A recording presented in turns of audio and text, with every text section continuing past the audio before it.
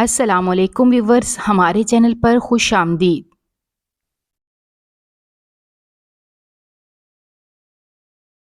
میں دلہن کے لباس میں موجود کافی خوبصورت لگ رہی تھی۔ میرا چہرہ معصومیت سے بھرپور تھا۔ میں 17-18 سال کی کم عمر لڑکی لگ رہی تھی جس کی جوانی عروج پر تھی۔ پھر کیسے نہ کسی مرد کا دل مجھ پر آتا، پر اچانک ہی وہ میرے پاس آیا اور میرا گھونگھٹ اٹھا کر کہنے لگا، تم بہت خوبصورت ہو، لیکن میرا دل تم پگھلا نہیں سکتی ہو۔ تمہارے ساتھ بھی وہی کروں گا جو ہر لڑکی کے ساتھ کرتا آیا ہوں۔ یہ کہتے ساتھ ہی اس نے میرے ہونٹوں پر سے وہ سرخ لپسٹک اپنی ہتھیلی سے پھیلا دی تھی۔ میں اسے کہنے لگی کہ پلیز میرے ساتھ ایسا مت کرو، مجھے جانے دو، مجھے گندا مت کرو، میرے کردار کو میلا مت کرو۔ تو وہ یہ بات سن کر شیطانی کہا لگانے لگا اور بولا کہ تم کوئی آسمان سے اتری ہوئی نہیں ہو، تم بھی ویسی ہی ہو جیسی باقی لڑکیاں تھیں، اس وجہ سے تمہارے ساتھ بھی یہی سب ہوگا۔ یہ کہتے ساتھ ہی اس نے میرا دوپٹہ کھینچا تھا اور اس کے بعد ایسی شرمناک حرکت کی کہ میری چیخیں گونجنے لگیں تھیں۔ لیکن اس کے ساتھ ہی ایک چیخ کے ساتھ میری آنکھ کھل گئی تھی۔ میرا چہرہ پسینے سے تر تھا۔ میں حیران تھی کہ یہ کیسا خواب تھا، مجھے پہلے کبھی بھی ایسا خواب نہیں آیا تھا۔ میرا نام فہمیدہ ہے، میں لاہور کے ایک پرانے علاقے میں رہتی تھی، لیکن غربت نے ہمارے گھر میں ڈیرے ڈال لیے تھے۔ پر اماں ایک معمولی سی فیکٹری میں کام کرتی تھی جس کی وجہ سے ہمارا گزارا چل رہا تھا۔ لیکن میری پڑھائی میٹرک تک ہی تھی۔ میرے پاس اتنی اچھی ڈگری نہیں تھی کہ میں کہیں اچھی سی جاب کر کے اپنی ماں کا سہارا بن سکتی، اسی لیے اب در بدر کی ٹھوکریں کھاتی تھی۔ لیکن مجھے کہیں بھی جاب نہیں ملی۔ میرے محلے میں ایک عورت تھی جو کہ کافی کام کرتی تھی اور وہ لوگوں کے گھروں میں جا جا کر ان کا ہاتھ پٹاتی تھی۔ اسے طرح طرح کا کام مل جاتا تھا۔ وہ میری اماں کے پاس بھی چکر لگا لیا کرتی تھی۔ ایک روز وہ اماں کو کہنے لگی، تم فکر نہ کرو، فہمیدہ کو میں کام دلاؤں گی۔ اماں بہت خوش ہو گئی تھی۔ انہوں نے یہ خبر مجھے سنائی تو میں نے اماں کو کہہ دیا کہ میں ان جیسا کوئی کام نہیں کرنا چاہتی۔ اماں کہنے لگیں، کوئی کام چھوٹا بڑا نہیں ہوتا، اور تمہارے پاس تو کافی پیسے آ جائیں گے، تو تمہیں اور کیا چاہیے؟ اماں مجبوراً مجھے کہنے لگیں کہ اب کل ہی تم آپا کے ساتھ جانا اور لوگوں کے گھر میں جا جا کر ان سے کام سیکھنا۔ میں حیران ہو گئی تھی، لیکن مجبوراً مجھے ان کے ساتھ جانا پڑا تھا۔ اس طرح سے میں لوگوں کے گھروں میں جا جا کر کافی کام کرتی تھی۔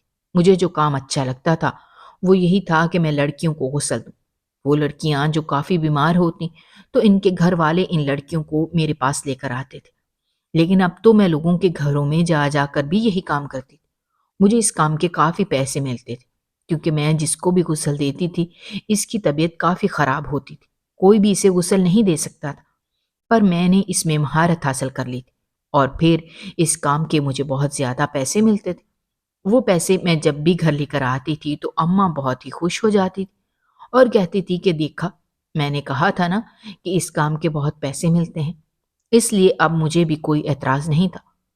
پر ایک روز آپا کہنے لگی کہ فہمیدہ، میں تمہیں ایک ایسا گھر بتاؤں گی جدھر تمہیں روز کا کام ملے گا، وہاں پر روز ہی ایک لڑکی کو غسل دینا ہوتا ہے۔ ان کی یہ باتیں سن کر میں حیران ہو گئی تھی۔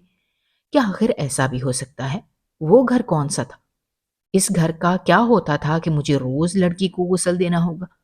میری بات سن کر ندا آپا تو گھبرا ہی گئی تھی۔